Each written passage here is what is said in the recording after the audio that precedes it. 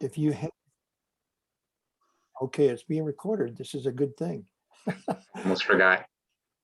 It's okay.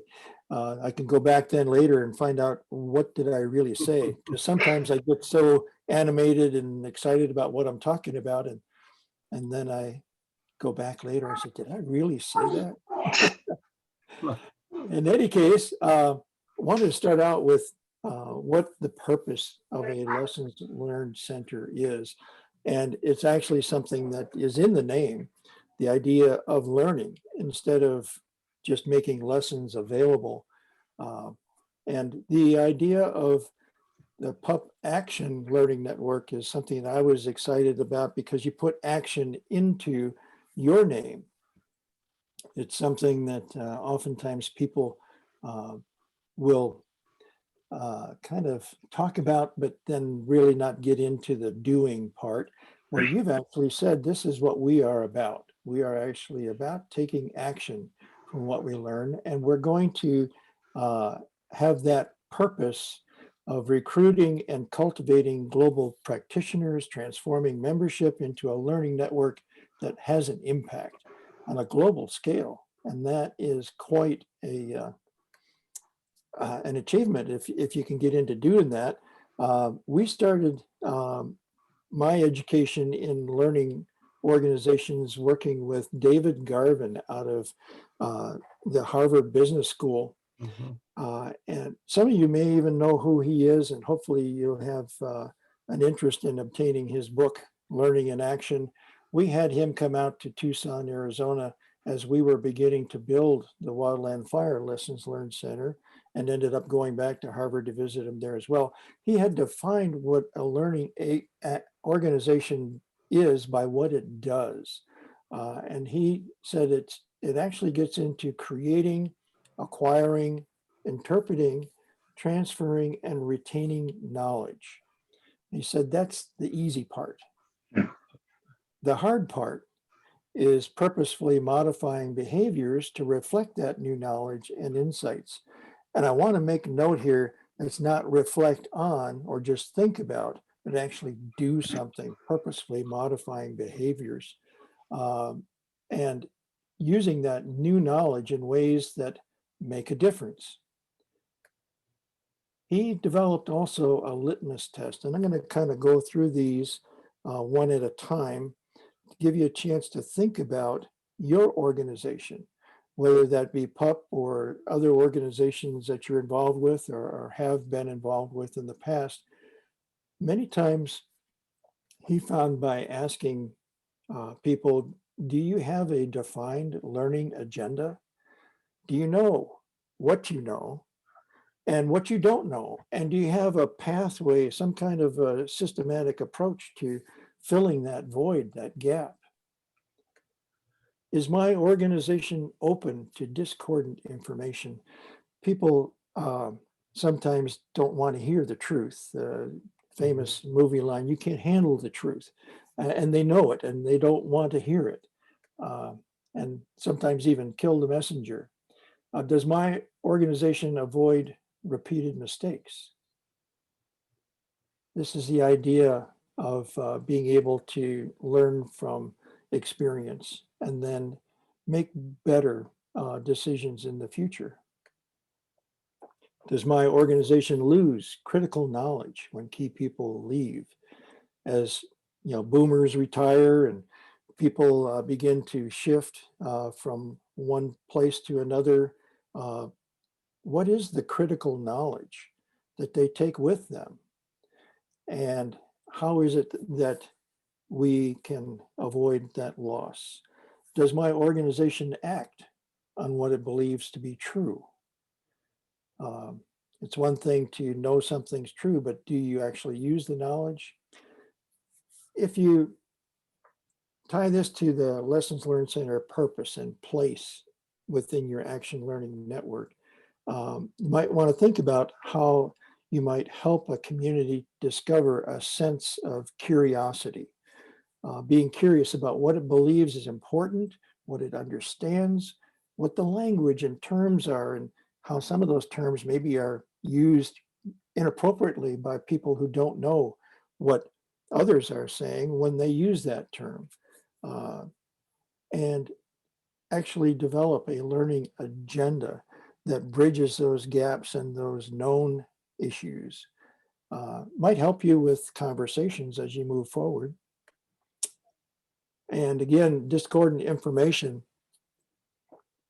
Think about how you handle things when people come up with ideas, knowledge, information that rubs you the wrong way. How do you respond instead of just react? And are you really open to multiple perspectives, different ways of looking at things? It's one of the real benefits of having groups of people working on problem cause solution ideas, because they see things in new and different ways, and trying to find ways to be sure that you're open to that.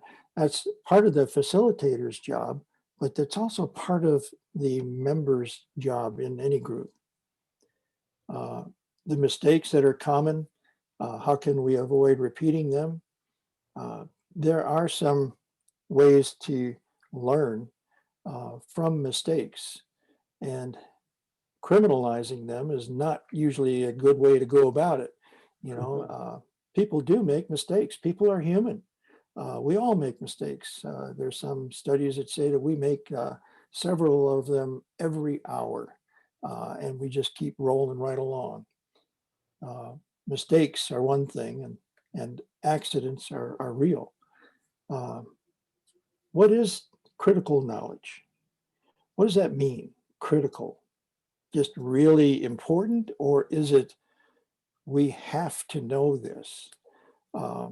Where is it, and how can we retain, use, and improve upon it before it disappears, goes to someplace else with that person, or goes out of our minds and back into history? And pretty soon you find yourself saying, we used to do something just like that, but it's been a long time, and my memory dims. How do we prioritize our actions? And especially in today's dynamic environment. I like your acronym that you use, DICE, where it talks about the dynamic environments that we live in today. And how can you think about what do we need to do first? There's people that I had a chance to work with in building the Wildland Fire Lessons Learned Center. We actually had them come out and do several managing the unexpected workshops with the wildland fire community in different locations around the country. They had written several books called Managing the Unexpected. Doctors Wyke and Sutcliffe are up at Michigan Business School, and they had said in one of their books, the first one that they wrote in 2001, if timely, candid information is generated by knowledgeable people and it's made available and disseminated, then an informed culture becomes a learning culture. And so this is something of a transitionary process, but these are things that are important to think about. What is timely? What do they mean by candid? How do you get candid information out of conversations and people who have had experiences, valuable experiences? How do you make those things available so that you're not hurting people, you're actually protecting your sources? And how do you disseminate those things in today's world? I had the opportunity to study under Sidney Decker at Lund University in Sweden.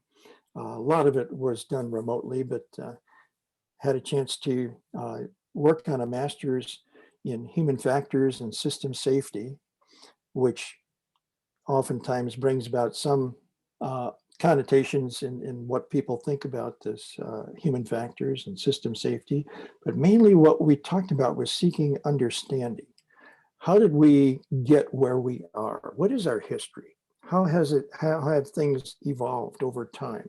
And what were the influences, the things that actually shaped the way that we think and do things now?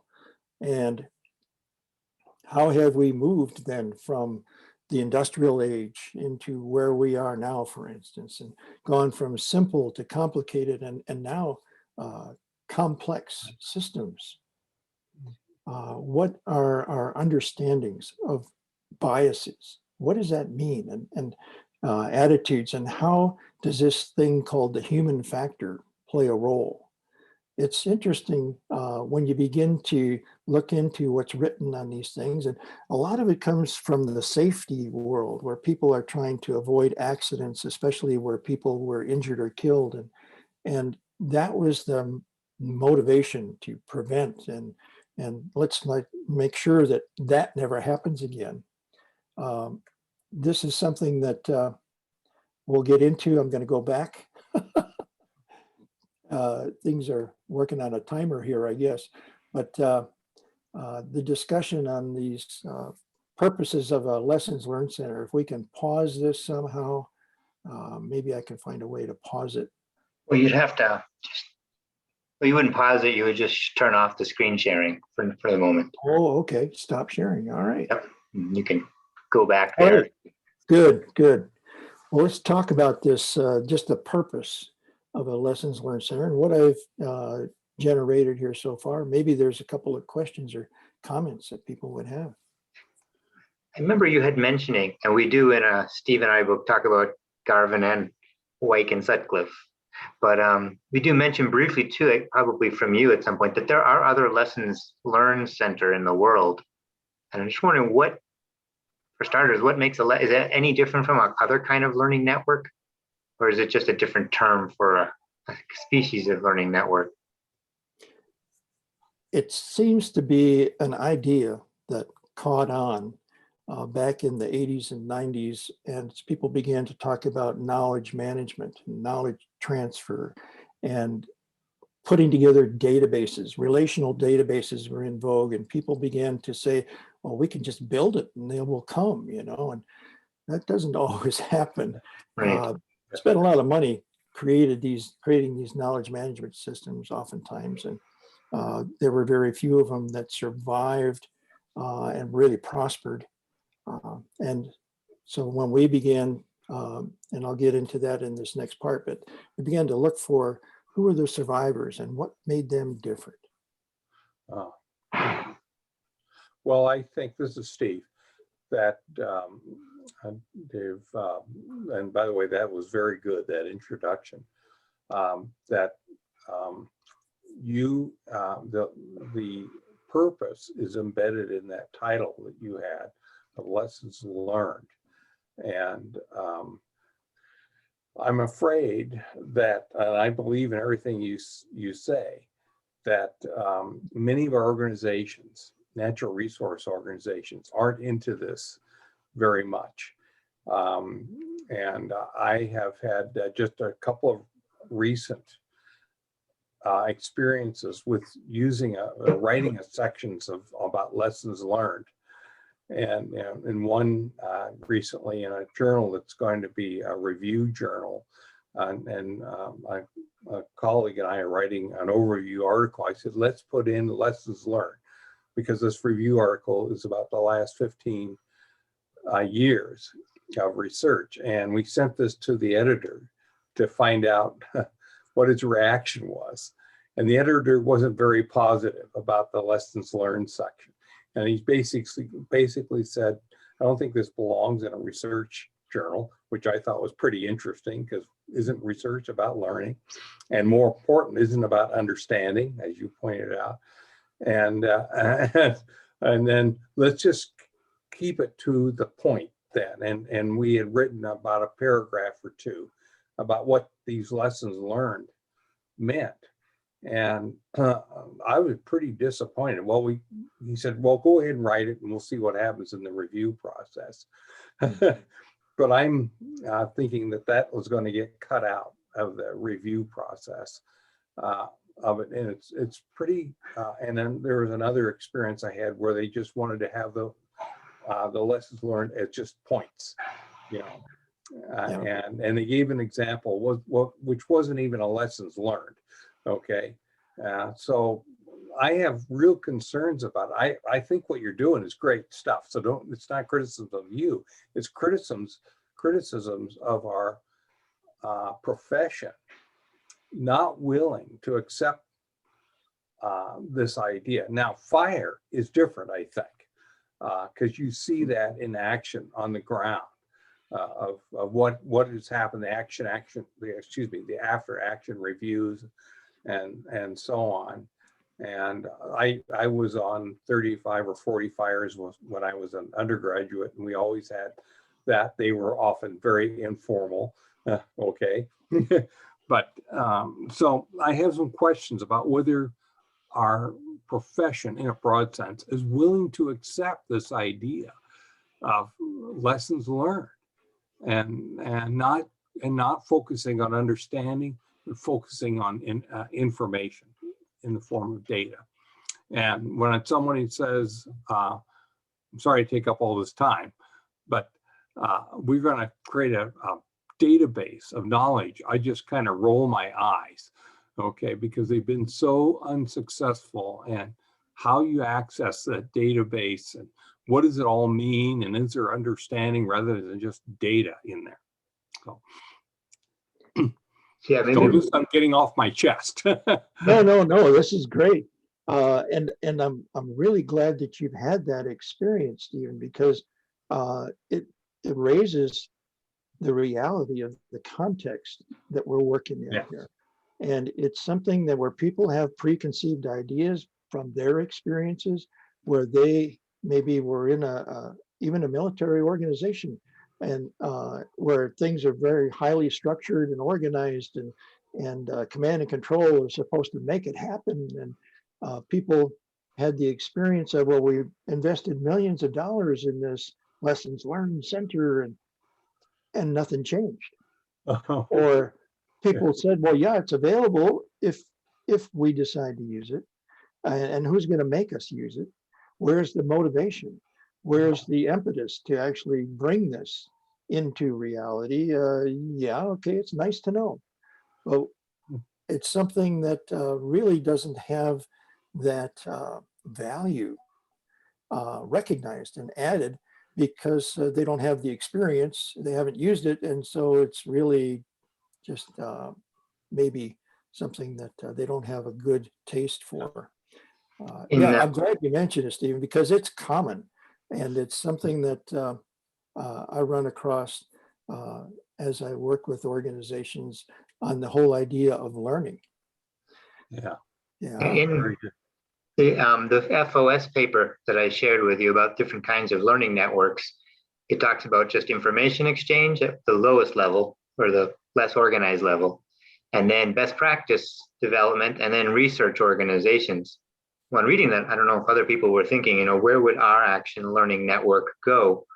It seems to be all three, in fact, because I don't know if, Dave, you saw our impact model. I don't know if I shared that with you, but essentially our idea in that strategic model is to harvest, if you will, lessons learned from field projects and take those and turn them back into improving our integral toolbox, which would have our tools and approaches. So we have a very explicit purpose, but the idea of a research agenda, I don't know what that would look like in our case, or maybe any case. I mean, is it just several research questions? I mean, it's probably a lot more than that, but I'm trying to imagine what it would look like in our case. What would it look like in your case? Just a quick comment on that one. I think deciding a focus or a research question is integrally related to what a certain group of people are passionate about. And life, climate, I'm finding that learning networks and exchange in the climate field is huge, because it's such a life and death issue. I mean, just wildfires in Colorado, I forget, close to David's topic, is just people are dying. So, and therefore there's an enormous amount of information being exchanged and people learning from each other and so forth. So climate is the same way. I feel like sometimes our heritage is so relaxed a topic, or I don't know, it's somehow not a life-threatening situation to a lot of people. And therefore that kind of urgency is hard to find in conservation. We're talking about 100 years growth in a forest and so on. It's just, it doesn't feel urgent in many ways. It probably is urgent, but people, it just doesn't have that same urgency feel. So anyway, that's a quick observation on, are people really interested or not in information exchange or research topics? Yeah, we stopped Okay, using I'm the word. complete. We stopped using the word research with many of our audiences because it was off-putting. And oh, this is academic. It's going to go right over my head. You know, I'm a practitioner or whatever it is, and so. So what did you say instead? We focused on learning, and the word learning, more people were able to get interested and associated with it, and it's something that changes their perspective on. You know, this is something that I might gain value from, instead of something I'll have to do, even if I don't want to do it. You know, and so it's interesting how the language that we use can inspire or deflect. And That's a good point. Yeah. Clark? Yeah, David, I couldn't agree with you more with what you were just saying. And listening to what you were talking about is how the trap of many projects where they give lip service to this idea of evaluation, post-evaluation. In other words, they collect numbers that they can show in the short term, we achieved something. And start from this get-go, they're setting those numbers up as we are meeting our goals, as opposed to using it as a learning mechanism, so that they are serious about critiquing what went on. And whether this has to happen within a group that is dedicated, and it can be built, and I would think that it can be built into an organization, the way it goes about things, where my background in theater, backgrounds in architecture, was in our educational process, it was not uncommon. In fact, it was essential to have what's called the postmortem. And often those were very brutal, but those were meant as a learning tool for practitioners to really honestly look at what happened and look at the results and what are possibilities on how to move forward. It becomes an internal discussion to the creative group, but it has to be built into the process. It has to not something that, oh, that would be good. It actually, okay, we've done the project, we've got our checks, all that. Let's move on to the next project. Yep. We're missing that absolutely essential. All right, let's reflect. What happened here? What are lessons learned? What are ways we can move forward? And start laying out, when we use the word research, start laying out very specific things that we can try to change to see if that will alter the outcomes in the future. Just my 3 cents. Sorry. Right. One could imagine our learning network, or the PUP action research actual, is a formal structure that's applied to every project that we're associated with, so we can systematically collect data and lessons learned. Ellen? And John, I would answer that thing. It isn't just collecting data. It is setting up the social interactions where people are actually working together and working together to look at these things. The data is the recording of the facts of what happened. It is the processing of that we have to set up, and we have to facilitate that process, right. Not just the collection of data. Systematically, yep. Ellen? So from reading the article that you sent out, I got the feeling that the Action Learning Network would be more heavily like a best practices network with a little bit of research and information dissemination, especially since we're trying to disseminate, best practices for integral heritage management. As far as answering your question about what could the research network elements look like within the Action Learning Network, I could see that it could depend based on our members who are participating. We have student members who may need research projects to do. They need a research topic. And some of our fieldwork projects could provide opportunities for them to go in the field and conduct that research. So kind of marrying, academics and field research, which there seems to be a lot of disconnect between the two that I see. So that's how I would see how we could potentially, integrate more of the research element, but it would definitely be more, I think, practitioner focused. But I don't think we want to, rule anybody out from participating based on what their background is. Dave, do you think there's an evolution? Like it seems to me, and looking at the article that Ellen mentioned, that maybe we would start out as a practitioner, and as we become a little more sophisticated, we add that research component, because it does, according to that article, require a lot more coordination and investment. I don't know, did you see that at all in the Lessons Learned Center, that it was a phased approach to the kind of knowledge it could generate? Yeah, it actually was. We began with priorities. Actually, I'll get into that here in a minute, but of connecting people, finding where people were already connected, different groups. Maybe some were researchers, maybe some were practitioners in the area of smoke jumping or hot shots, or superintendents and ground pounders, and these different people that felt very comfortable communicating with one another, and very easily were identified as, well, here's this group, they've got a website, they've got an organization, an association, they are people that we can support within our larger community.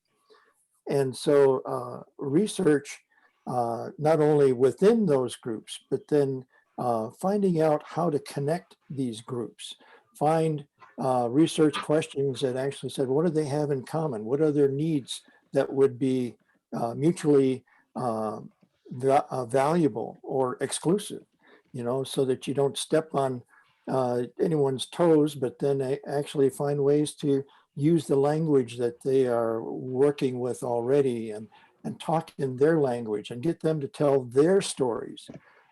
So these are things that research can do to help you actually be more successful without going through a lot of missteps. Research can really be valuable that way. And it's not just then numbers and data. This is something that comes out of the Western world, I think, where if you go back and you look at how people organize things, very hierarchical and structural, and they want to look for numbers and data. And the wildland fire community, we talked about acres, and and it was something that, or hectares in your world possibly, it was something that gave people a way of measuring success. And you need to be able to show that you're successful to somebody who's a decision maker further up the line to get funding or approval or whatever, promotion. And so there needed to be a shift away from this number crunching to understanding. And it really is important to help people to make that shift and show, well, this is valuable, but this is so much more valuable in this way, and this way, and this way. And so that needs to become part of the story that you tell. We should move on to the next question, or the next section. Want to try to stay on schedule here. Start sharing the screen again, eh? Let's hope this works. All right, this takes me back to question number 1, discussion. Okay, I think this is question number 2. Can you see this all right, John? Yeah, looks good. All right. So again, we're getting back into the beginnings of the Lesson Learned Center for the Wildland Fire Community, which is about 300,000 people in multiple agencies, federal, state, local, and begin to talk about the context where we got started, and then other Lessons Learned centers, as you mentioned, there are others, John, and the priorities that we started with. The Lessons Learned Center actually came about almost 10 years after a real tragic event. You mentioned that you're in Colorado. I'm sorry, I don't have everybody's face up on the screen here, but You may be familiar with this event, South Canyon, Storm King Mountain, No. where Okay. 14, yeah, I'm hearing you positive. Yeah, this is something that happened to a group of people. These guys are sitting here watching that fire blow up, as we call it, off in the distance, and their friends and their colleagues, a group of people that were a combination of smoke jumpers, hot shots, real experienced people, the journeymen in our community. And 14 of them were being burned over, as we say, and lost their lives tragically in 1994. And so they began to talk about this idea of learning as somebody, Wayne Williams, actually, smoke jumper, said, no, let's not just get into a rush here, moving the bodies and recovering people, and let's just stop and think about how this happened and see what we can learn here from this event before we get into all of this hurry of, they're dead, they're not going anywhere. So let's think about what actually happened. And so this human factors movement actually came out of the South Canyon fire. And we began to look at people like Carl Weick and James Reason and Gary Klein and these others that had written things about human factors and how people make the decisions that they make and what influences our thinking. And we began to find out that a lot of our firefighters were really interested in this information. We had things coming out of the Missoula Fire Lab that taught us a lot about progression of fires across landscapes dependent on fuels and how things actually, we could be predicting the movement of fires, but we didn't know much about the humans, the people that were out there fighting those fires. And so this Lessons Learned Center came out, the idea of it came out of a 3-year study that was done where they looked at attitudes by the wildland fire community towards safety, because this was the emphasis. We have to prevent these tragic events from happening again and again and again. And so we began to think about now for the very first time, really, what about the people that are involved in wildland firefighting? And the TriData study that was created over a 3-year period of time came out with almost 300 recommendations. But they said, if you don't do anything else, do 2 things. Set up a leadership development program that will improve your decision making, and set up a lessons learned center.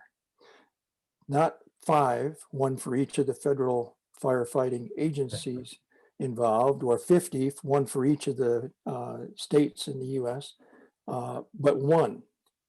And actually recognize our history and how we got here, and value the lessons then that are available and bring them to centralized location.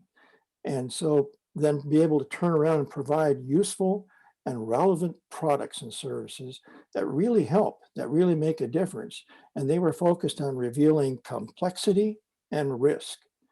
These are new terms, really basing decision-making on risk tolerance and risk avoidance and complexity. Well, what's that? That's a new animal. And so we began to talk about these terms and discover that there was a lot going on, not only in the wildland fire community, but in our lives, in our world, that involve complexity and risk. The way that we designed this symbol here for the wildland fire logo, those 14 stars, those are those 14 individuals that lost their lives that day in 1994. They're watching over the one large star there of the entire wildland fire community. And so there's symbolism there, there's history, there's a memory that we wanted to be sure to recognize. But it took 8 years for us to get things organized, and people began to finger point and say, well, you ought to pay for it, or you ought to pay for it, and so there were battles going on among these agencies. And finally, one person from the National Park Service stood up and said, we're going to do this. Forest Service, you're going to fund this position as the center manager, as the assistant center manager, which is the one that I got called in to serve as, and Park Service, we will take the center manager funding position. So there were 2 positions now that are funded, and we're going to come up with a budget, and we're going to get this thing started. And so this was 2002. And there was a context and a history that brought us into this environment then, where learning really was only invested in if there was a failure. And accidents were not really the term that they used. They used failure as the word. And with failure comes blame. And so this was the context where people were saying, who broke the rules? And the idea was getting accountability for the purpose of prevention, making sure that that rule is never broken again. These are sacrosanct. These are never going to be broken again by anybody. If they do and they survive, we're going to fire them, or make them suffer. It was like, whoa, this was coming out of that command and control type of quasi military environment. What they believed the military was anyway is, we don't bend them, we don't break them type of thinking. And the Serious Accident Investigation Guide directed the reports that were then created and the processes for investigating these failure events, that was filled with agentive language, agents that were then, in the way that they designed this, it was going to blame somebody. Somebody is going to pay, and so in the training, everything, it was, if you failed, and even by just taking your fire shelter out of its pack to protect yourself from the flames, you failed. Somewhere you screwed up. And so this is something that was inherent within the community and within the understandings of everyone. And so accident reports were not for learning. They were finding blame and fault. And they were hidden in drawers and not to be taken out again, because that's our dirty laundry. And so it was a transition that needed to happen, where people who had been coached for compliance to, we've got these 10 rules and 18 watch out situations that you can be blamed for if you break any one of these, and so you were coached for compliance to all of these things. There was no coaching with compassion. Who do you want to be? What do you want to be when you grow up? Any of that kind of thing. It was a whole different mindset. And so trust was at a very low level. Within units and across units, there was the recognition that here you got a business formula, strategy times execution equals results. Actually, that should have the variable trust injected into that formula. And there are people who have done research on trust, mentioned several of them here. At that particular time, there was a lot of discussion about who can you trust and how do you know? And 60% tax, very low trust, you actually pay a penalty in those organizations where trust is very low. It's unhealthy. People are unhappy. They're scared. There's no psychological safety. This is a place where micromanagement is painful. And in your personal relationships with your coworkers, this could be at home as well if there's a low trust environment. You're careful about what you say. You're very guarded in your communications. You're always worrying and suspicious. And people will form up these little groups where, we're of the same mind, and so we can talk. It's very cliquish. where if you have a world-class trust environment, you get a dividend instead of a tax. And it's in this research, 40%, where now you can do anything. Together, there's this efficacy, there's this realization that we've been through things and we've learned how to really work well together. There's effortless communication. We can talk about anything. There's fully aligned systems and structures, and we really have confidence in who we are as a group. And in the personal relationships, people are really open. We talk about transparency, but in today's world, but very few places do you find where people are really unafraid to just say what they really think. The idea of a lessons learned center, really, we began to find out through the writings of Wyke and Sutcliffe, for instance, that there were organizations that were highly reliable. Research that had been done out of Berkeley by Carlene Roberts and her group, going to aircraft carriers and air traffic control towers and places where if people made mistakes, people could very likely be injured or die. And so there was this motivation to be very, very cautious and careful. And we knew that some organizations were able to achieve that, even in very dangerous environments. And so this is actually a graphic that was created by a firefighter that said, I need to be able to take stuff that you're talking about home with me and talk to my boss, because I wish he was here, but he wasn't, couldn't get away. And so I'm supposed to come back and actually help people to understand. And we have this basic training that we get that talks about respectful interaction, trust, honesty, and self-respect are fundamental. And that's a groundwork that we can build a learning culture on. And we can actually take the work of James Reason, for instance, and talk about how to build a learning culture with these 4 pillars of fairness and reporting and an informed culture, subculture, and a flexible subculture, where people are able to provide respectful feedback and be willing to share concerns and actually be a lifelong student of fire and understand that you can't prescribe for every particular situation what to do and what not to do. Rules cannot be written for every possible situation that might come up. In fact, we need to be training to help people to act in ways that are very appropriate when they don't understand what's going on, because that's more likely today's world in many ways. The military came up with this VUCA acronym, volatile, uncertain, complex, and ambiguous, to describe the world as we were coming into this 2001 area. And we began to look at, well, what were these attributes of high reliability organizing? And not just looking at big failures, but small failures, and resisting oversimplification in our conversations with people. Sensitivity to operations, how well do you know how things are supposed to be working? And maintaining capabilities for resilience all of the time, not just when you need it.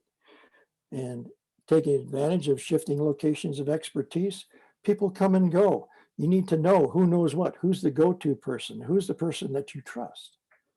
So these are things that we began to talk about more and more, trying to bring high reliability organizing into the wildland fire community and help people to understand these things through an approach at the National Advanced Fire and Resources Institute, where the Lessons Learned Center was located.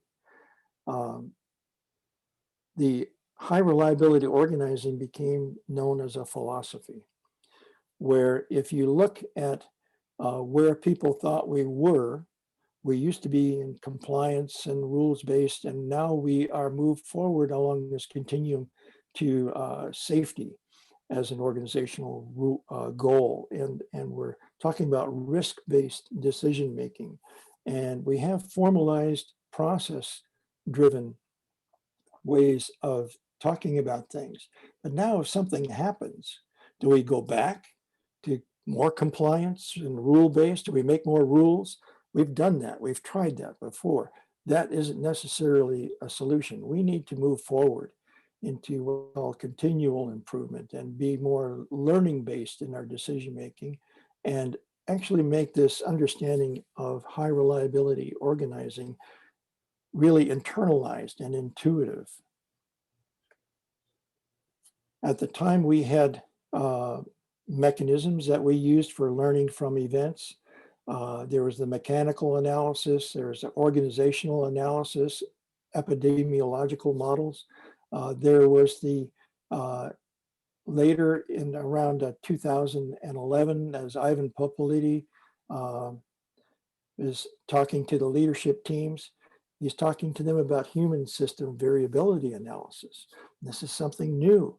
This is something that comes from resilience engineering and out of the shuttle disasters with Diane Vaughan and normalization of deviance. We began to take those experiences from NASA and other organizations and help us to see that there were different ways to look at things and actually be able to think about beyond the linear and the mechanical into the human situation, and think about people that were involved and the decisions that they're making and how they could have been influenced to make the decisions that they made, and thinking that was the right thing to do at that time in that context. These are things that then began to support this idea of a learning environment. And so Ivan and his wife, Krista, they began to work on replacing the Serious Accident Investigation Guide, the one with all the agentive language and looking for ways to name, shame, and blame, and officially being sanctioned to do it that way. And we began to do more after action reviews for continuous improvement in all of our activities, including successes, not just when things didn't go well. And we began to then think about, well, what about before action reviews instead of just after, and what about during? These are opportunities to learn as well. In the before action review, you can bring forward the things we said we learned from that other event that's very similar to this one that we're going into. And during action, if there's an opportunity to stop and say, what are we learning here? Let's just pause for a few moments and say, is this what we expected? Is this all according to the plan?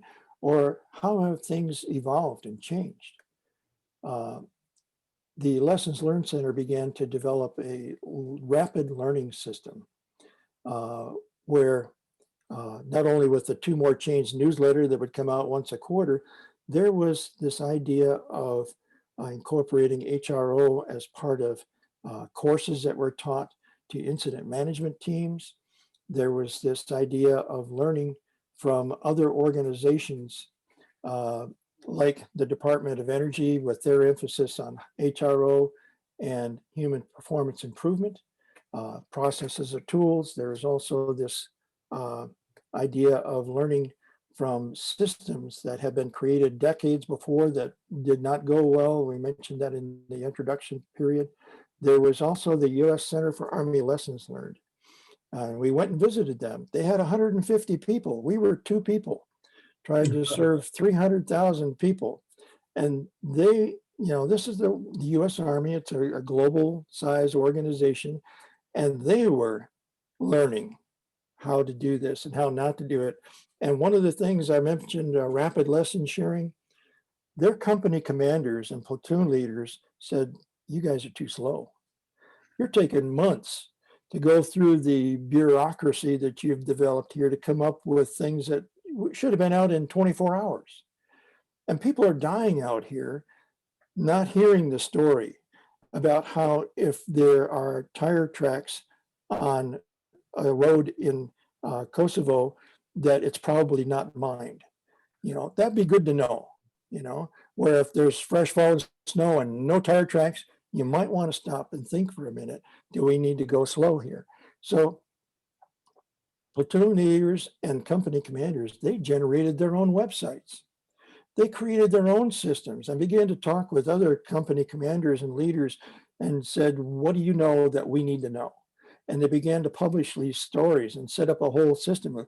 The Army freaked out, said, you're not on a secure site, but we can see that your heart is in the right place, and we are going to bring you to West Point, and we're going to promote you from captain to major and from lieutenant to captain, and we're going to give you a systematic approach that is really serving the needs of the community. And you set a good example here, and we're going to follow your example and get things turned around in a rapid way, because it's critically important. And you're telling us what is important. And so the priorities that we started out with, supporting the firefighters at the field level, not just the senior levels throughout the organization, all the way up through Washington, D.C. They would be actually able to come to the table and contribute in many ways, but they also could learn. And if they were humble enough, they could actually say, you know, maybe there's something that we can use here, like your process that you talk about here, after action reviews. We could probably use a little bit more of that here in Washington, D.C. And so they began to use some of the lessons, and we made sure that our priorities stayed though close to the field and what they said. We asked them, what do you need? What do you want to know? How do you want it developed? How do you want it presented?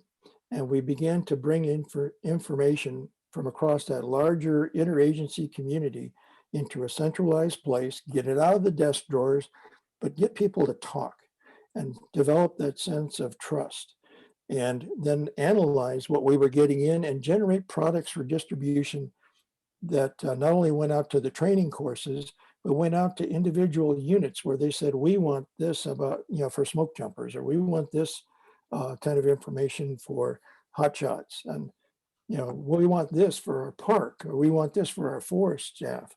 And so we began to tailor products then to fit the needs specifically of our user groups.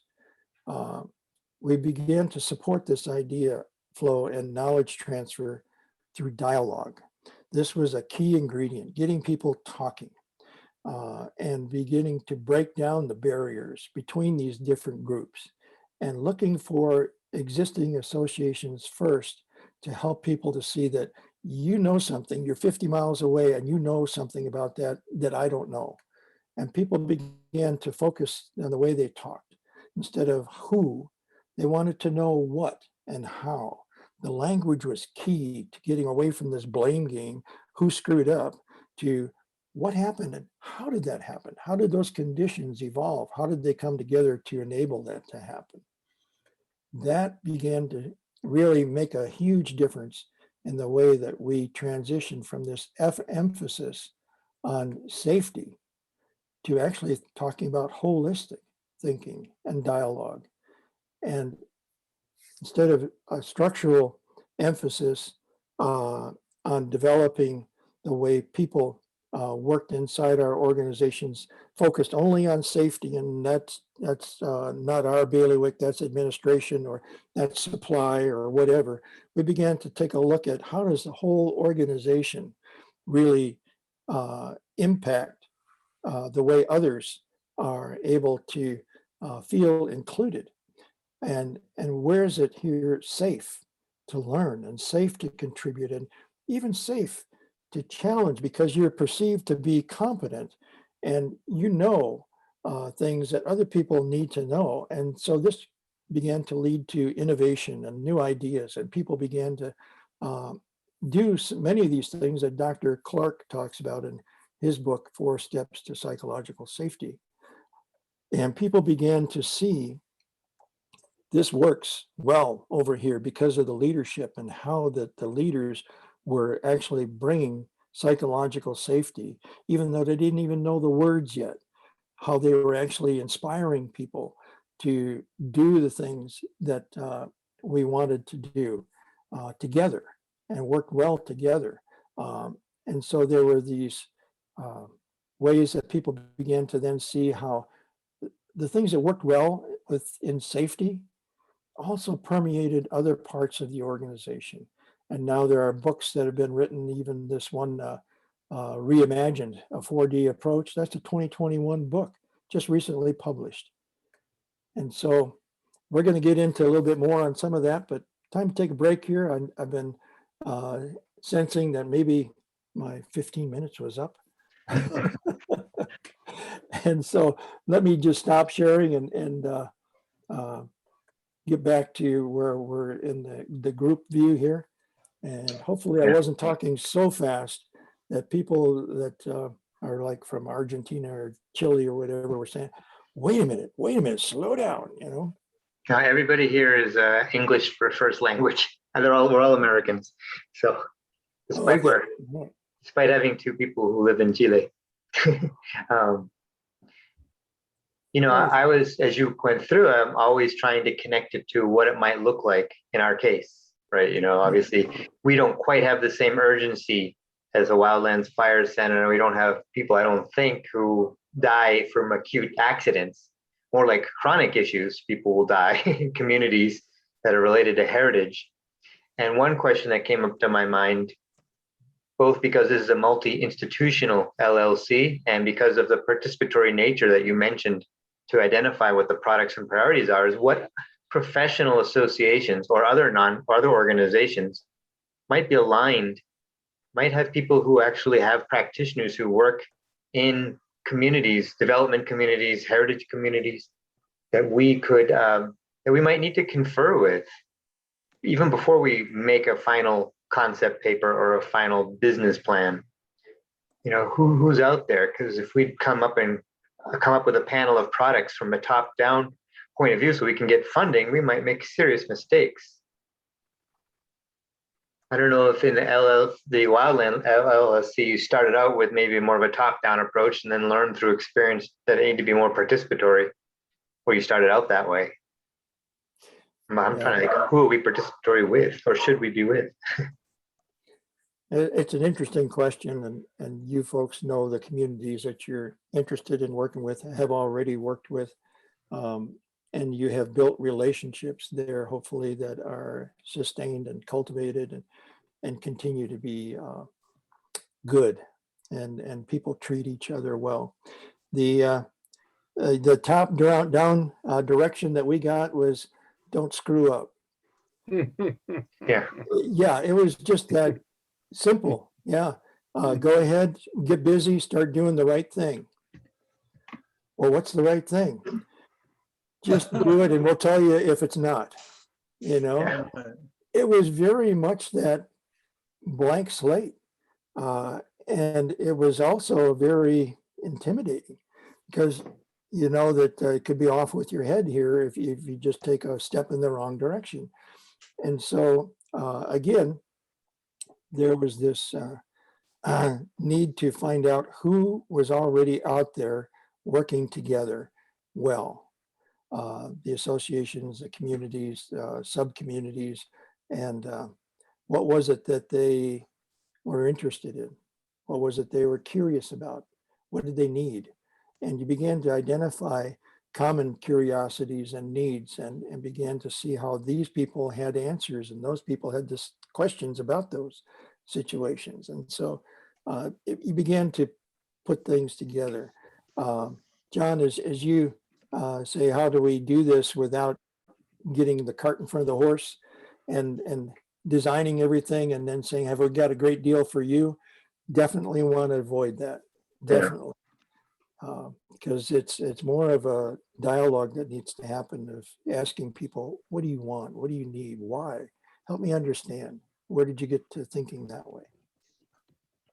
Imagine we would just quickly enter with some kind of brief description of our concept and then ask those questions, right? And David, I'm struck by something you were just saying and some wording you were using, which is looking at folks that are already working together. And in that, there's an implication of looking at how they work together. In other words, what are the communication process? What are they doing well? And how do they see themselves and how do they foster those partnerships? And it is part of it too is, I think, going into these situations, and I've used this word quite a bit at times, and everyone's tired of hearing it, with a humble attitude, where we're not necessarily coming in with answers. We're coming in to help understand the problem, and then using all our collective knowledge to define the problem, the specific problem being addressed in that particular situation, and align and seeing how what we have been thinking about working on doing aligns with that and how we might be able to help. Not that we have the answer, but we have a toolbox that might be able to help change the tire. Okay, right. Yeah, no, that's a great example. And I think that this is really, really critically important. If you don't take anything else away from today, this whole idea of asking them instead of telling them. There's Edgar Schein that's written a book about this where he talks about humble inquiry. And humility is something that is fundamental to learning. It has to be there where you accept the idea, I don't know everything. I need to know more, or different things than what I believe are already true. And so the social constructionism approach of helping to build based on people interacting in dialogue. The social sciences area has a lot of information about how to facilitate these conversations. And the Taos Institute is one that really gets involved in many different areas. The Taos Institute is a place that has a lot of people that are very serious about social constructionism. And it's not the constructionist, which is individuals, but constructionism, which is multiple people that are working well together. I think that we'll be able to avoid the problem of, I have the answer, now what's your question? You know, because it's just self-defeating for sure. But it begs the question to me then, how much, and again, I'm thinking about our particular case, would be non-negotiable, and how much do we negotiate? I mean, PUP obviously comes in with a certain strategic, we have a mission, we have a vision, we have a model. I guess those things would be non-negotiable, right? But what products we offer, I don't know. I'm not sure if the membership categories might be something we would be non-negotiable. Just trying to John, I would have to ask the question. I'd have to beg the question. Why are they a non-negotiable? Because the organization has decided them already. I mean, what is our starting? Obviously, well, that's the point, I think, here, John, is that while we have thought about things and have a general direction, are we going to lock ourselves into a certain way when the circumstances do not call for that? Well, maybe we're not the right players to be in a particular situation, but the idea that we are straitjacketing ourselves in any way, I think, may be problematic. Trace? I think that I think there's a ground in between both of those. But what I took away from what David was saying is that by coming in with that kind of humble listening attitude, we may in fact find from our users and from the people that really form this community that our vision and mission tends to evolve over time. And I think that, we're starting at a place now where we're feeling pretty good about the work that we've done together as a group. But now we're really looking to engage a much larger and build a much larger group of users and a community. So obviously over time that may shift, I guess. And I'm wondering, David, how did that play out with you guys? Because I'm sure you came into it thinking that, with some hypothesis, with some ideas about what was needed, that maybe you experienced something similar. Yeah, what we've found is that if we talk to them about our values, not our structures, not our policies, not our grand schemes and ideas, but more of here's what we think is important. Here are the values: trust, honesty, really being useful and helpful instead of dictating to people more rules. And because they had years of that, and they were tired of it and didn't want to hear it, and we knew that. And so we began to say things to them like, wouldn't it be nice if we could just carry on a conversation and you didn't have to worry about it? You're telling me things that you really worry about your career after having told me, or you're worried about it being on the front page of the Wall Street Journal.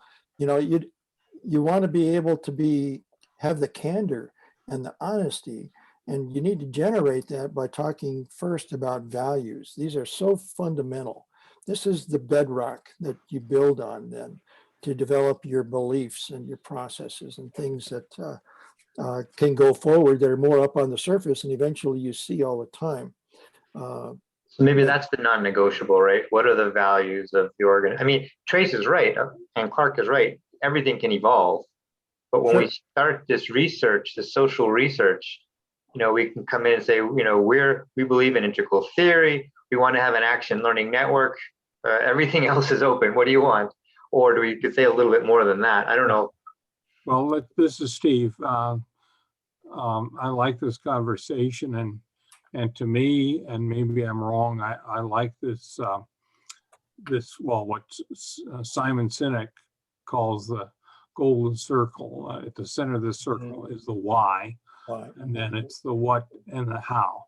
And it seems to me that we often, and I'm not saying necessarily our organization, but often I've seen a lot of researchers and development specialists start out with what I am going to do, not why we're going to do something. And at the why level for the organization that, and I don't know how to put this, Clark, in terms of your observation, that might be the things that we stand by. What are our values?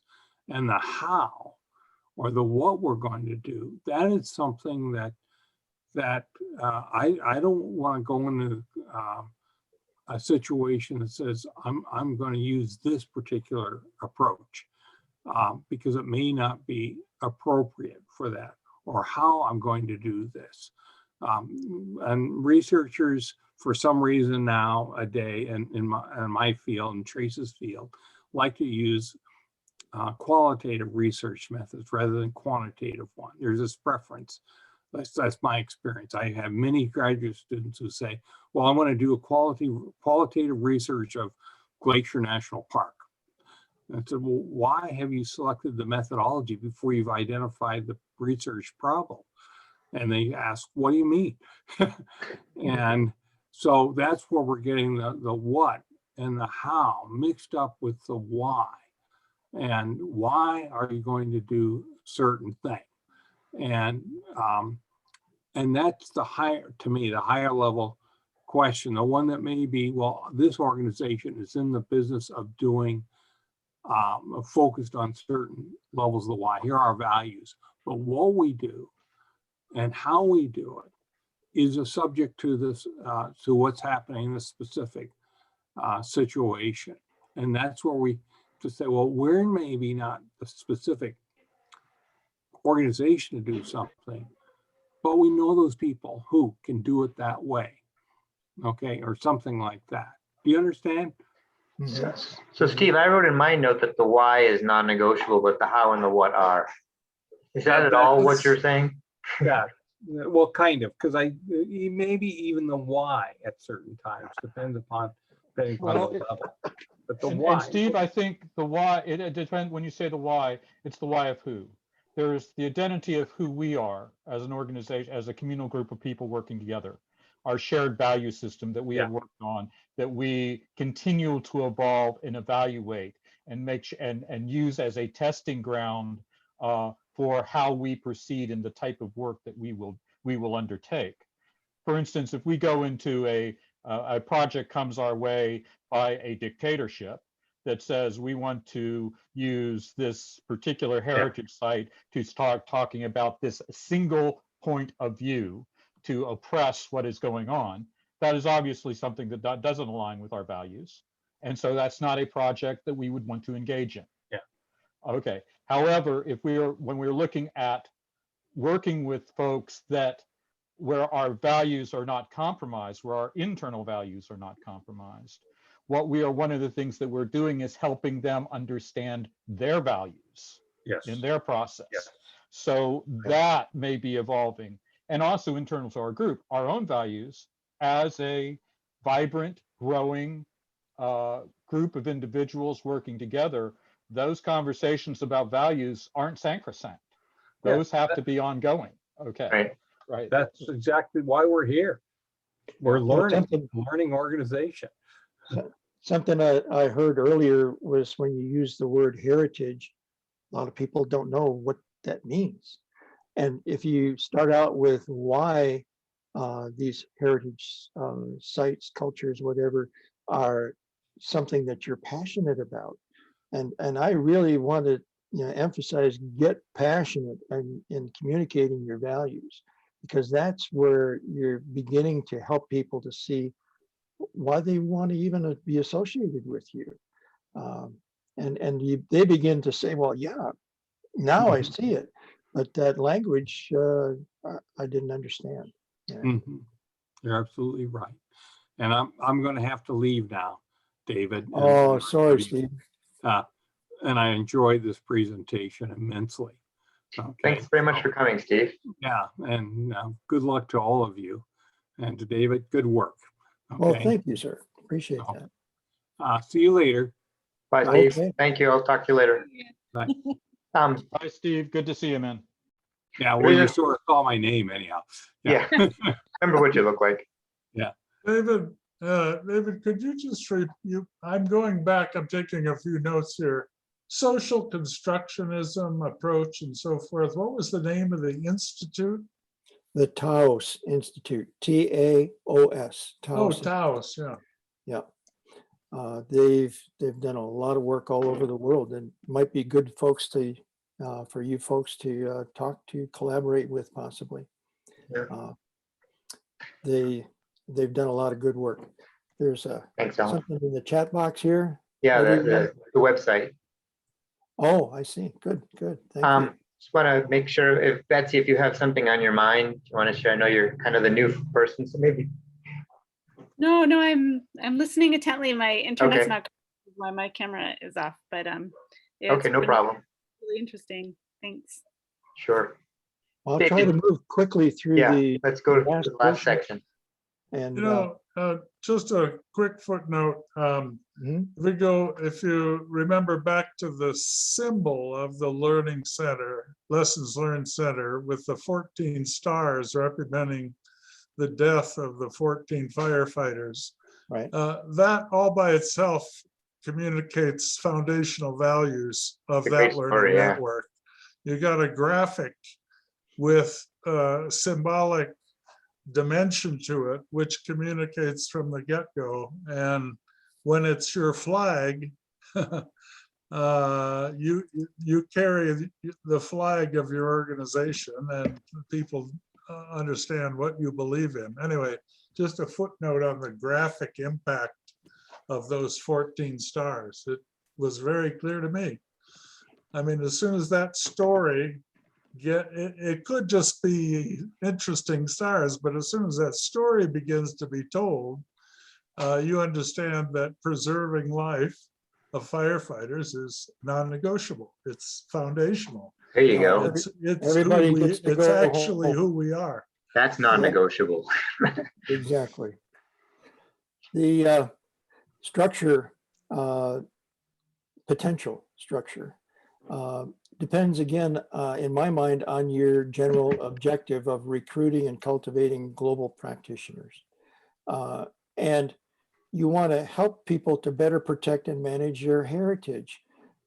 This is something that is meaningful and is important and has real value.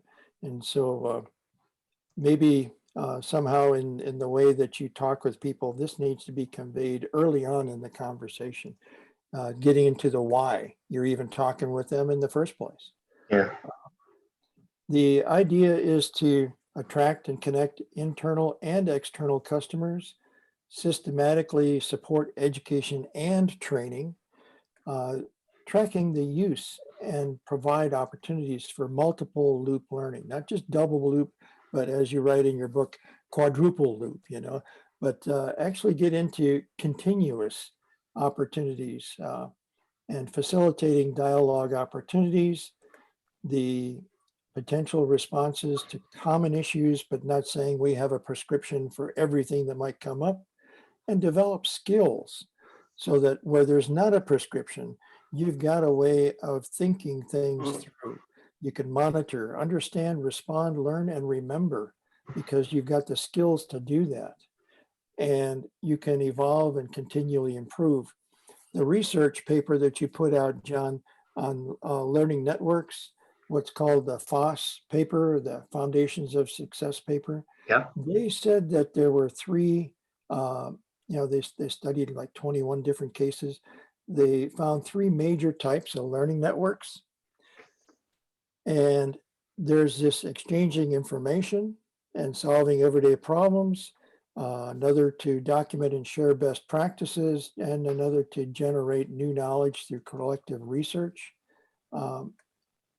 They termed those, they named them information exchange, best practice, and research. And so this is something that I thought was really interesting because you were talking about possible formats for your structure. Yeah. And the idea of simple information exchange, best practice development, verification, coordinated research, and training agenda. I'd like to go through those with you for a moment. And we talked so far about like the Lessons Learned Center for Wildland Fire and professional associations was also mentioned in that paper. The simple information exchange is a library.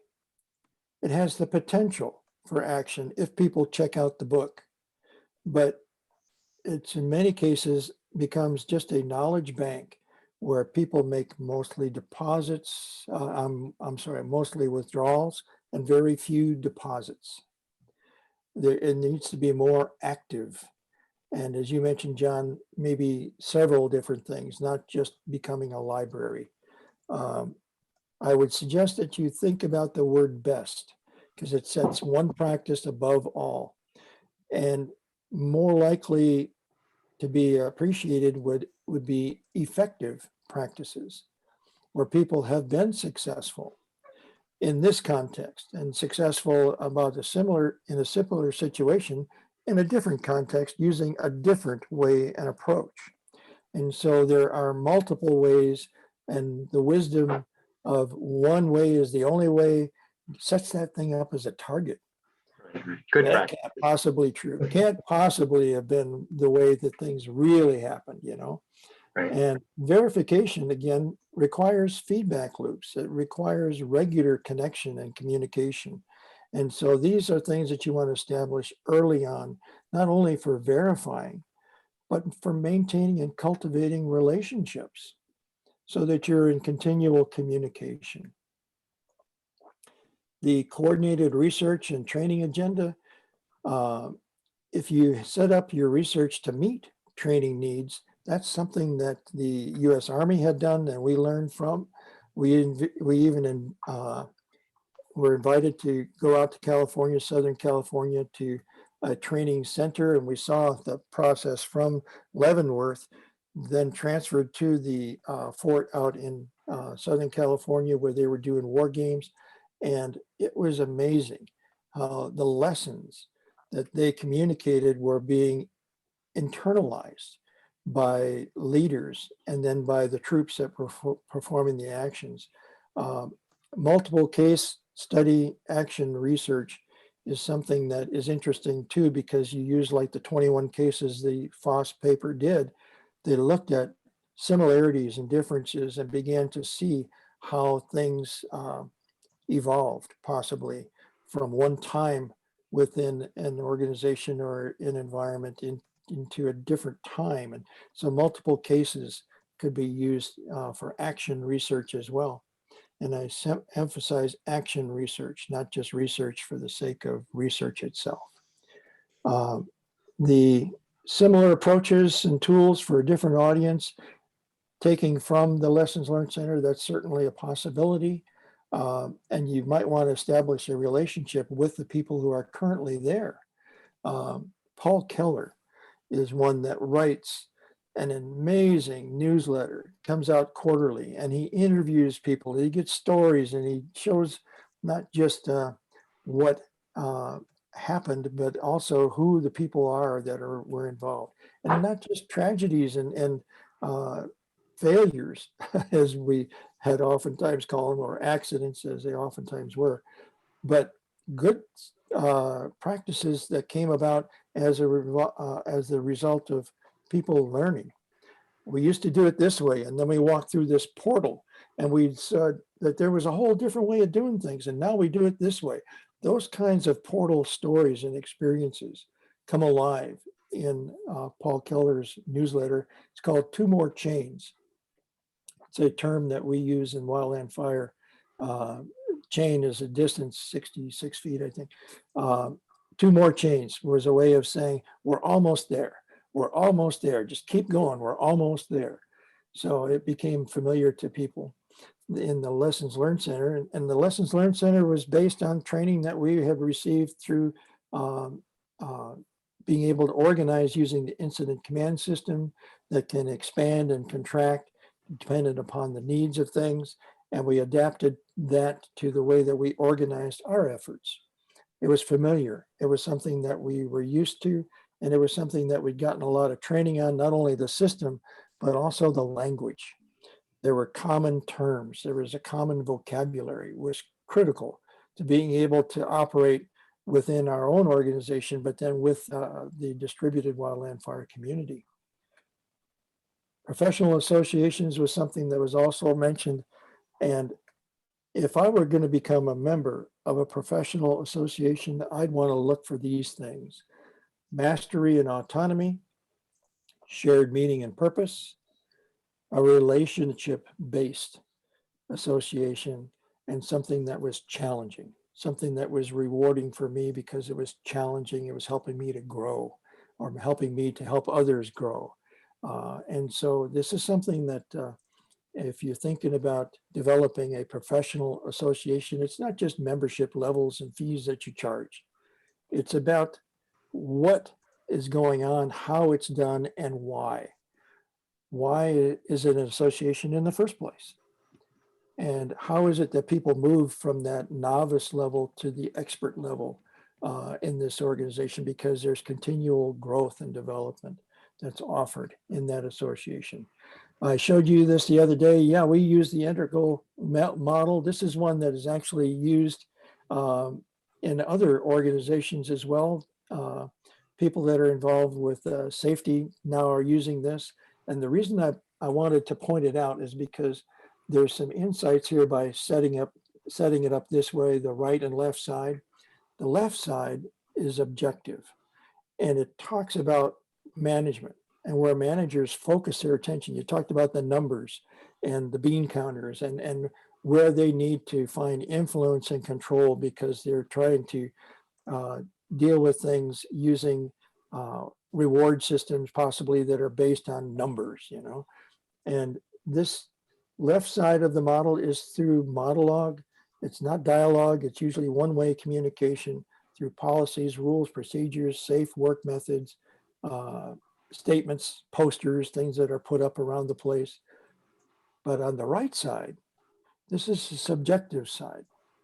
And this is a place where things that are not oftentimes measured directly, and it's hard to come up with numbers for possibly, but it's influenced by effective leadership, inspirational leadership, and it cannot be controlled through a command and control approach. This access to the right side is via dialogue. People talk, people communicate, people interrelate, and they treat each other well, hopefully, or they learn how to anyway. And it's something that people understand because it's the way we do things around here. That's culture. And oftentimes people that are numbers oriented ignore culture. The summary that is done by Reed and Richie's book, they talked about the key concepts here and insights. No one quadrant is more important than another. And it's only good, your performance is only as good as your weakest quadrant in that 4-quadrant. Look at the way things really are. And your perceptions and intentions drive behavior, but you can't have a shared perception or intention about a system that's outside of your paradigm. If it's outside of your mindset, if it's outside of the way you think, it's not real. And so each quadrant is truly integral to every other quadrant. The idea of using a graphic like that is something that sometimes helps people, gets discussion going. Sometimes it confuses them. Sometimes people say, well, we need to build a robust system. That's different than a resilient system. A robust system is effective at meeting predicted threats. Resilient systems have skills where people are able to meet threats beyond what people could anticipate. Resilience is defined by Eric Holnagel, who's written a book with others, colleagues, on resilience engineering. Resilience is the intrinsic ability of a system to adjust its functioning prior to, during, or following changes and disturbances so that it can sustain required operations under both expected and unexpected conditions. And it's something that you do, not a box that you check and say, we got that. We passed that course or whatever. He's put things together where it's, if you look at it from the learning aspect, the capabilities of a resilient organization, they've learned how to address the actual by responding, learning how to respond in ways where they've figured out what to do, how to do it, and adapt. Anticipating, addressing the potential, you learn what to expect and what changes are surprising. The monitoring, this is where you're learning what system changes are to look for that are really critical, that are really important. And factual learning from experience, remembering, reusing, capturing, and transferring the knowledge. This is something that it really is based on attitudes and approaches. If you look at your organization as people in a machine, treat them like cogs in a wheel, it's not going to be as effective as if you were to look at enabling conditions, like Popper talked about clocks and clouds. Clouds are continually changing because of the influences that they're under. And we can say we can see the wheels turning in some people's heads, but they're not machines. They need to be treated like real people, human beings, and put them in conditions that really enable them and help them to be effective. The kinds of questions that we ask when we talk to people, they want to be looking at learning oriented questions as people are in dialogue, questions that challenge assumptions, affirm each other's strengths and gifts. It's not just what's wrong with you, but what's good with you, what's strong with you, and help us to reflect on successful experiences. This is something that comes from appreciative approaches, and it's much more well received. How we ask matters. We come in the United States, especially in our Western culture, from this idea of we'll just tell them what to do. Instead, we need to be asking and focus more on building relationships instead of rushing to get to the problem. And just only talking about problems can be problematic. Seriously, it's something that people are saying, I don't want to hear this. This is all about trouble. You know, you want to know about my problems. You want to know about trouble. Well, can we spend a little time talking about what I'm good at, my successes, the stories that I could tell where, man, you're not going to believe it. We really succeeded here. We did things that no one could ever imagine. Can we take a moment to share those stories? So it's something that people really appreciate. And if you want to get into effective change, it's a good place to start because you begin to address values and then go into people's beliefs and attitudes and behaviors, which you see on the surface. If you push on this buoy, you can adjust it a certain distance, but it's going to come right back to right above where that sand screw and eye bolt is in the sand. That's what they're really built on, are those values, and that's how they're going to behave. So it requires follow through, continually working with them on adjusting your values as well as theirs. And this is something that is dynamic. The impossible to understand, complex and evolutionary world that we live in, it requires this kind of approach to help people to see that, yeah, diversity is not just a numbers game. It's an appreciation for how we're different and how we all contribute and can participate. We have competing preconceived and predetermined commitments. We need to understand what those are. And we understand also that we need to look at our assumptions. This is another reason that a lot of plans fail. I've learned a lot from your book, John. You and Steve wrote something here that is just phenomenal. This whole idea of holistic planning. I went through some training and education in my undergrad work, actually, on regional and city planning. And they never talked about holistic planning. This was something that was really intriguing to me. And I think that if you keep this goal in mind, this is where you want to go. This is a holistic idea, this very helpful and relationship focused way of looking at planning. And then not only getting it, a nice shiny document, but then be able to help them to implement their plan and adjust their plan and find out what's working, how is it working. And people begin to see that the emerging things, because it's dynamic, because it's complex, because that's how things happen in an emergent, in a complex environment, that these are things that are seen and appreciated and recognized. And so we are able to look at things from different perspectives. And I'm italicizing these action words here that you've put into your language. These are the services, the actions that need to be taking place, and the ways that you envision going about it. And it's helping you to see and help one another within the communities that you're working with to see and transform things into a reality. It's not just words, and it's not just talk.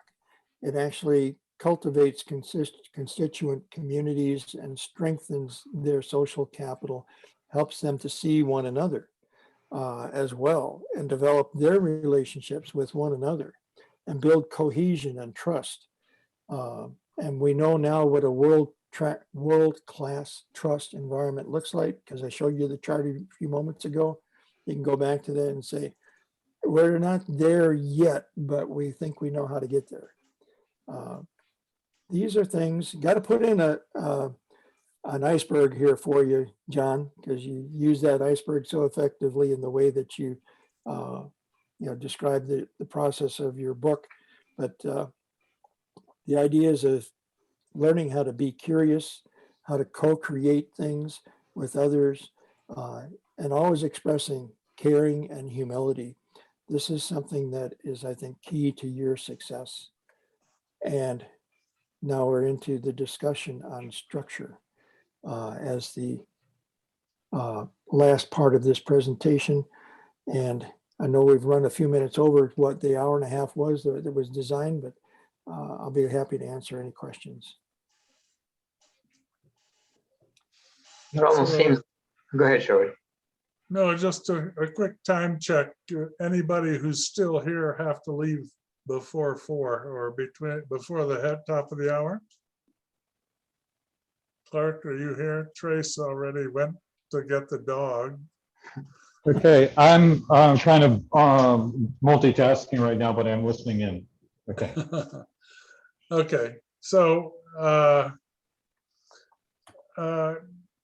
maybe, okay, so maybe if we were do 3 or 4 more minutes of discussion on the structure, then I want to reserve 5-8 minutes at the end to just say what are our next steps, where do we go from here. So I'll share a screen for that, but in the meantime, any quick feedback or questions, comments for David on structure?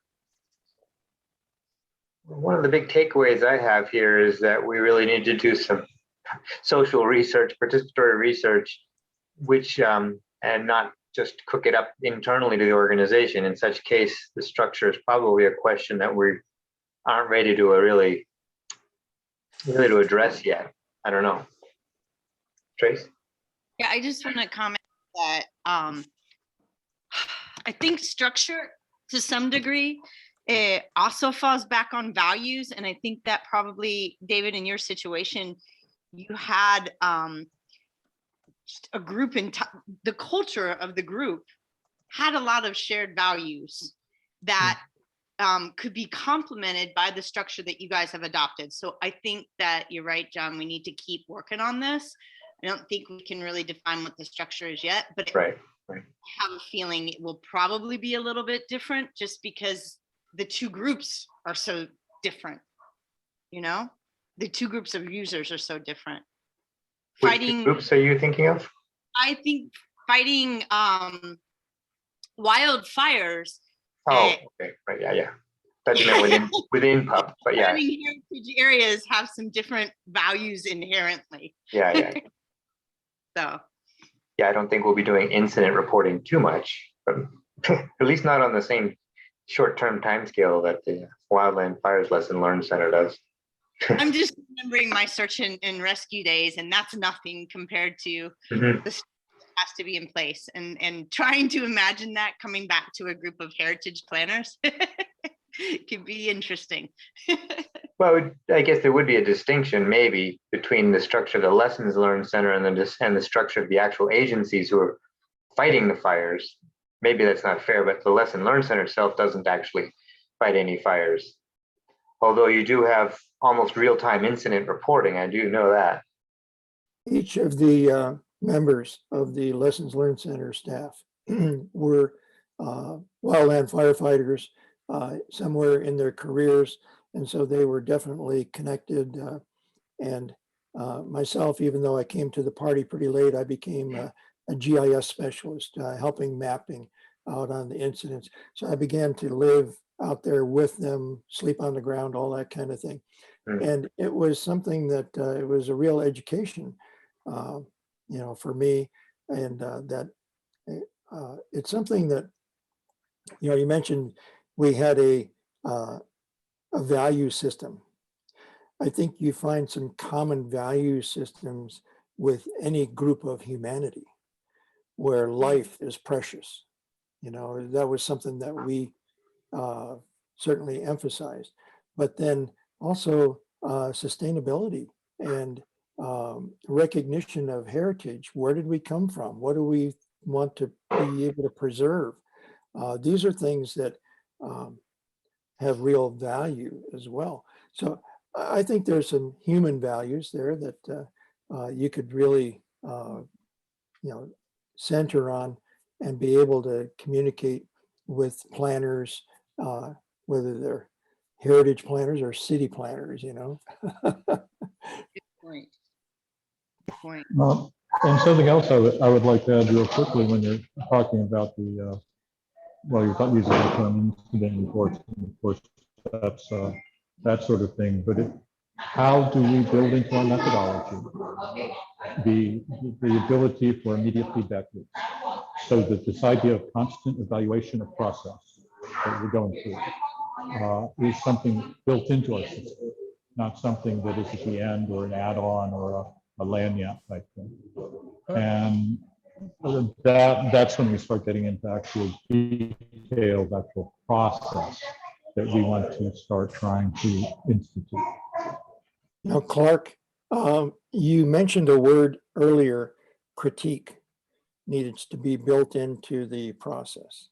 That word critique oftentimes is conveyed in many people's minds to criticism and, you know, taking a beating and being able to point out flaws and find fault and place blame. The idea of focusing on learning is actually needs to be actually in your language, where it's a learning review or an after action learning review, or somehow learning needs to be the objective right from the very beginning in the language that you use. Critique, yeah, it's I know in industry and places they use it all the time, but it's detrimental is what we've found in working with not only wildland firefighters, but other industries around the world in consulting. The word critique. David, you're absolutely right about that. The disciplines I come from, that's a term that has a lot of implications, but you're right. It does have a tendency, it takes a bit of education to understand the subtleties of there. So yes, this idea of learning, the idea of evaluation, the idea of alignment. Another term might be process check. Okay, how's this going? Okay, are we getting to where we want to go? If so, great, let's continue. Okay. Yeah, or what are we learning? Yeah, exactly. Right. What do you? What's the I problem? love that term, learning. Yeah. So somebody's got a lot of background noise coming in. That was Clark. He just turned off. Oh, Michael. Clark just muted. Yeah, okay. So, David, Apologies. I think we should start the implications with a big thank you for you, this tremendous amount of presentation, and we've got it recorded. We could go back and pick out things that we may not pick up here in the next 5 minutes. But this has been great. Here come the dogs. We got everybody at the table. So let me just, I think, can I share my screen? You should be able to. Okay, let me click the right clicker. I think this is the one. Okay. Do you have you see an action planning form? Yep. Okay, so we won't do this whole thing today, but I thought I would share this. This is a golden piece of our facilitator work, which moves from discussion towards implementation. So what are we after? What's the output of this action plan? What will be the impact of the plan? What supports it and what resists it? So those are the positive and negative factors we have to deal with. And then implementing steps, there you can see plus who and a start date and a finish, resource requirements, and so on. So eventually we'll get this filled out. I thought for today, we would just see if there are an initial list of steps that we would possibly take based on what we've heard today. And then at our next action planning team meeting, we'll bring this back up and do a better job of filling it all in. So John kind of took, well, I've just put up the overall purpose, continued development of a PUP action learning network, I think is a very broad why of what we're going after. And then also motivation for the action team itself to follow up and get our thinking together. So John listed identifying organizations to do research with, not just cooking it up internally. I thought that was kind of an example of a do. Maybe key I didn't- informants as well, I would add to that. What would you add, John? Organizations and perhaps key informants to do that research, like interviews with some key informants. Okay. Practicing practitioners, huh? Did I hear that? Just to throw in, just to throw in just a bit of humor. Who do we want to play with? Who do we want to invite into our playground? Exactly. Okay.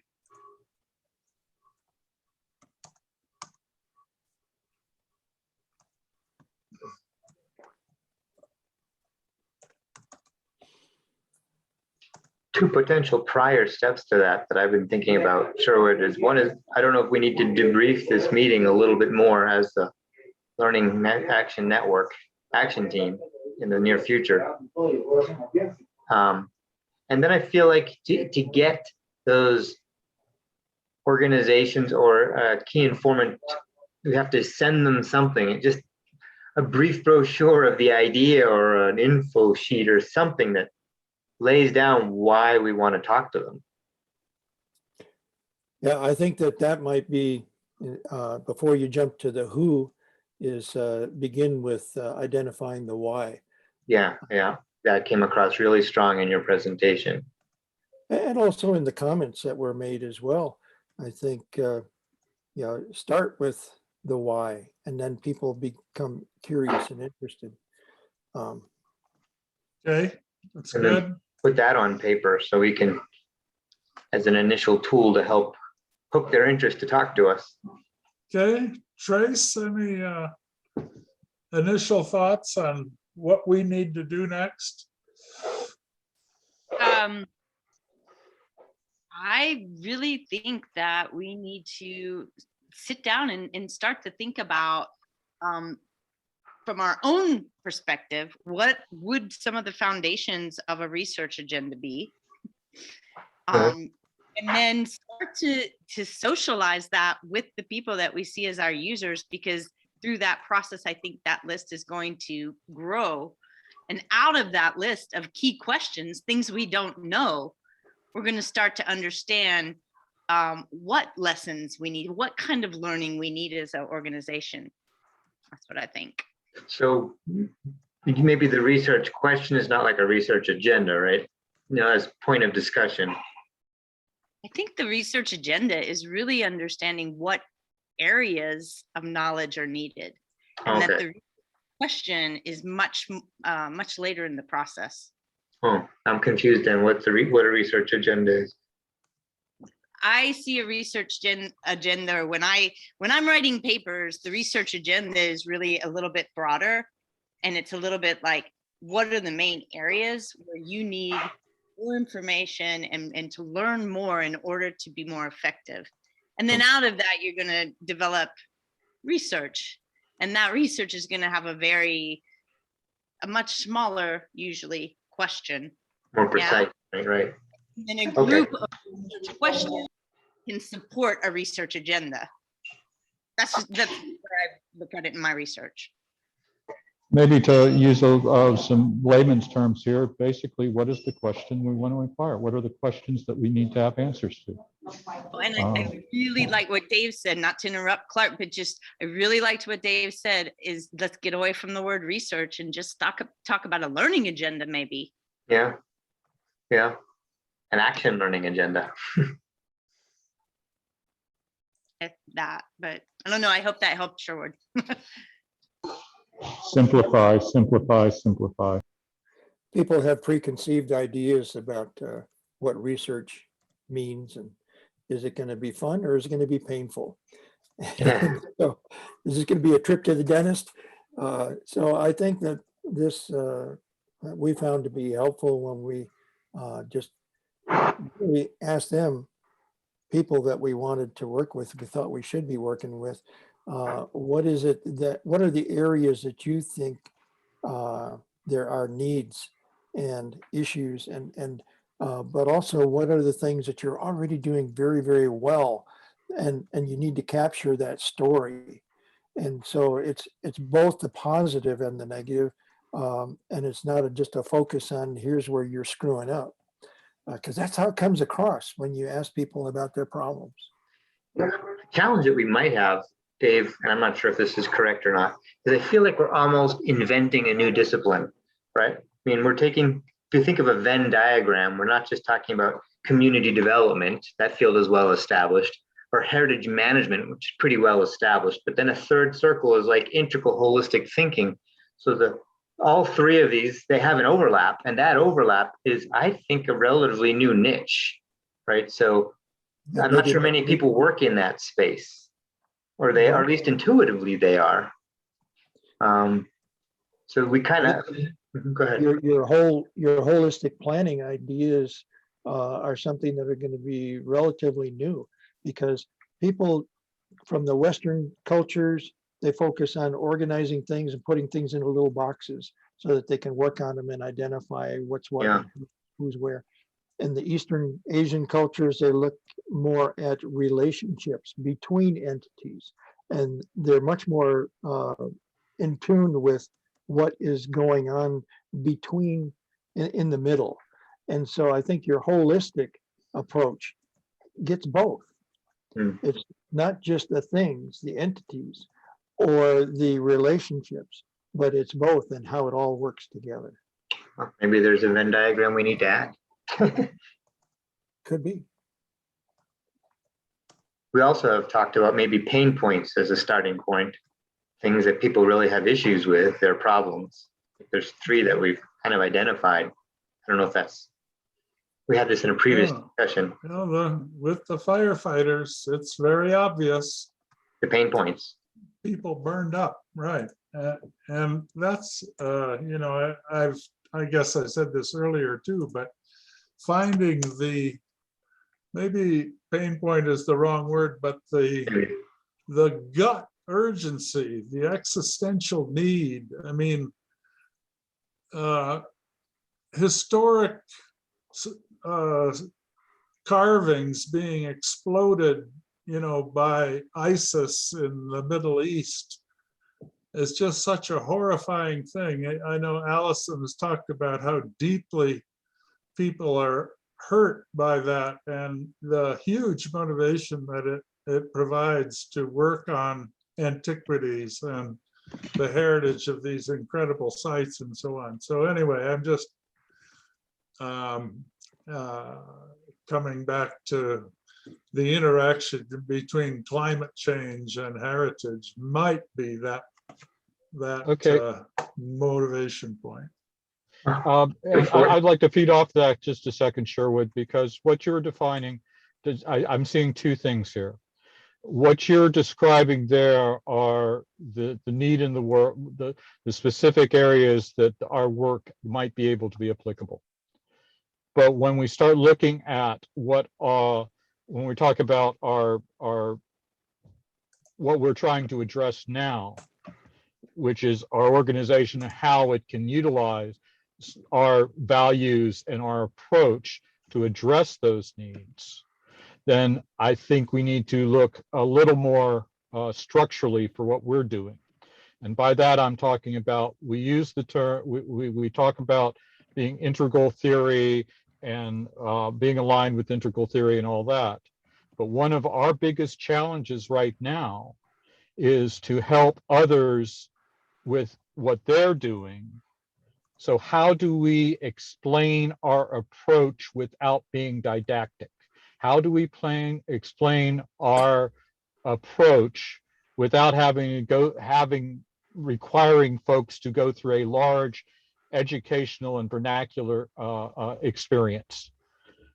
What is it that we are actually trying to do? What do we bring to the table in these places so that when we see an opportunity like the statues being blown up, like the communities being affected by climate change and actually having to physically move or physically change, massively change their historic culture, we are actually going in there with a story, a narrative that they can understand on here, this is something you might consider in how you move forward.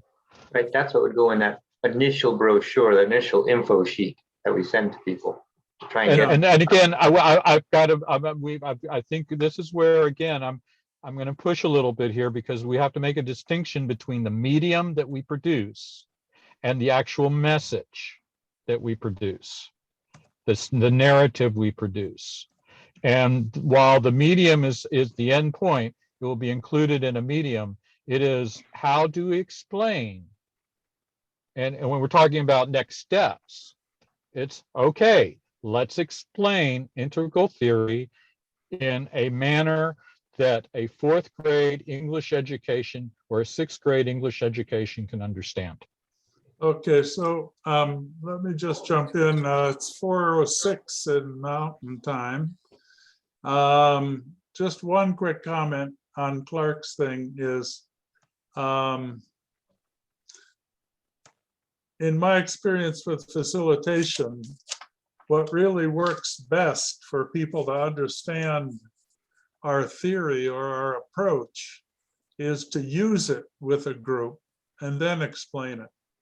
So experiential marketing, for example, if I can do a demonstration workshop using integral tools, and then afterwards tell them, by the way, those were integral tools we just used. That approach is much more palatable than trying to do a brochure or an elevator speech to somebody, although those are also necessary. But it's like the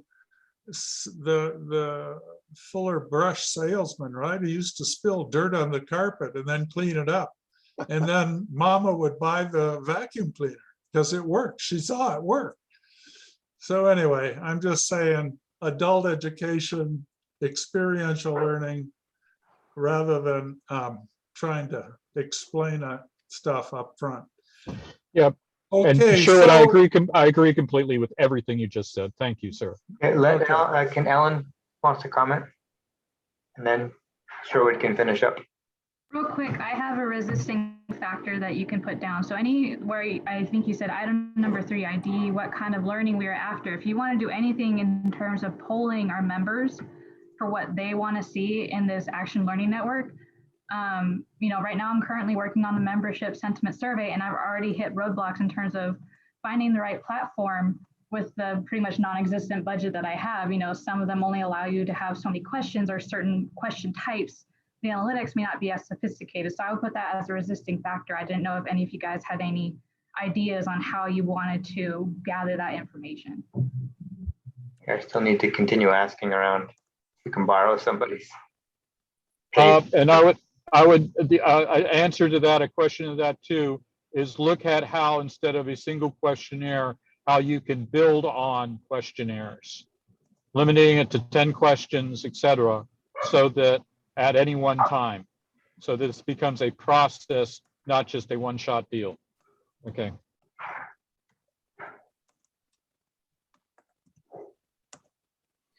Dave, what are you working on now? I mean, you haven't been associated with the Lessons Learned Center for a while, correct?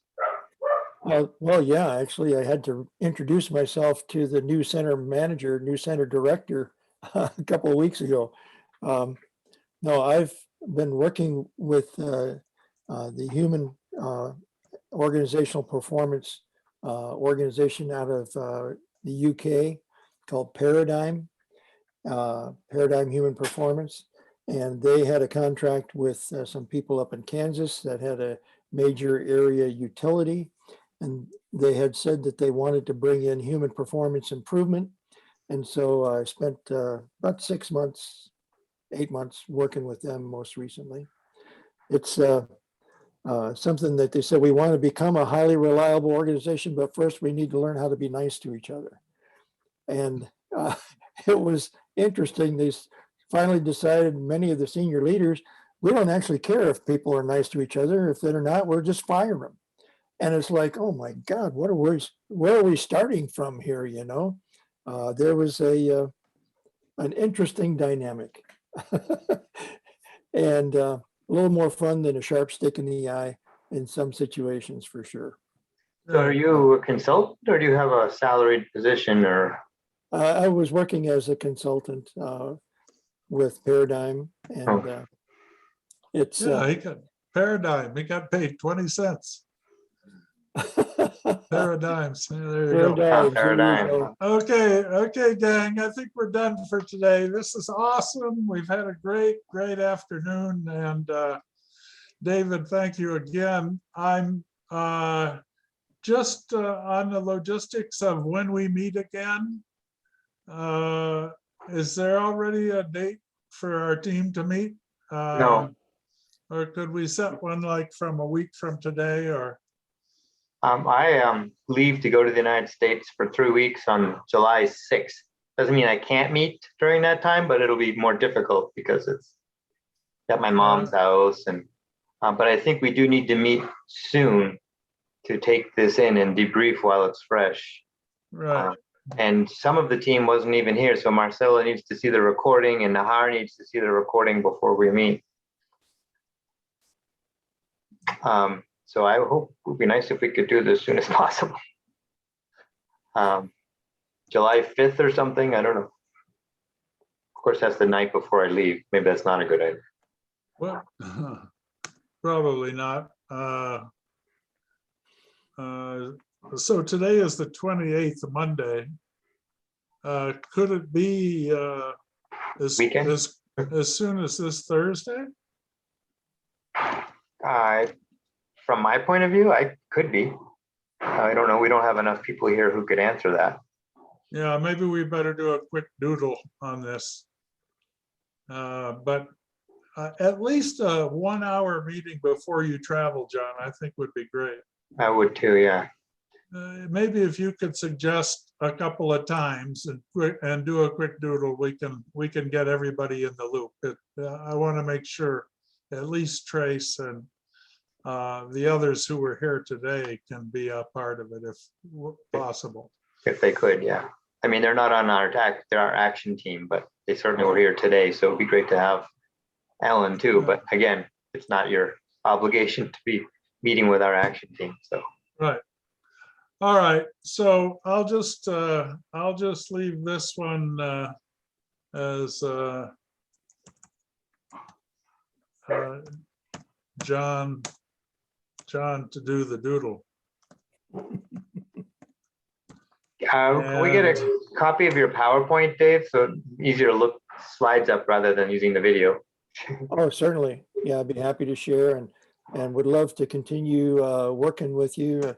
I'm really intrigued by this holistic planning idea and approach, and I'm really hoping that you're going to be successful, not just once or twice. I mean, I didn't want to put you on the spot here because we need to discuss, but one question that certainly immediately comes to mind is in what capacity could you potentially imagine working with us on this? I mean, there's really like, there's two ways large ways that I see, but I don't want to put words in your mouth. And maybe it's too early to ask. Well, I'm very interested in continuing this discussion anyway, in the dialogue. Right. And I do work as a consultant, Right. A paid consultant, but I'm also interested in just being a part of your success. And so I hope that we can find some way to cover expenses, for instance, and things like that, if there were expenses involved, and maybe some honorarium at some point if you want me to talk to a group, or those kind of things. And it's something that I'm pretty comfortably retired with a government retirement where I don't have a lot, but I have enough, you know what I mean? And so I've heard of that. Yeah, and that's fine with me. And so, but anyway, I enjoy travel and I enjoy what you're doing. I think is really, really important. So in any case. Yeah, we'll explore that a little bit further because like I said, there's a number of different ways we could do that. Not even mutually exclusive. So good. Okay. Yeah. All right. Thank you Great. very much. Thank you very much. It's been a great Good to session. meet you all. We'll be in touch. Nice to meet you. Thank Absolutely. you. Thanks so much, David. Okay, So, you it's been bet. several years in the coming, so now we'll have to make it move quickly. Yeah, the glacial pace behind Wow. us. All right, good, good. Okay, talk to you all soon. Ending recording.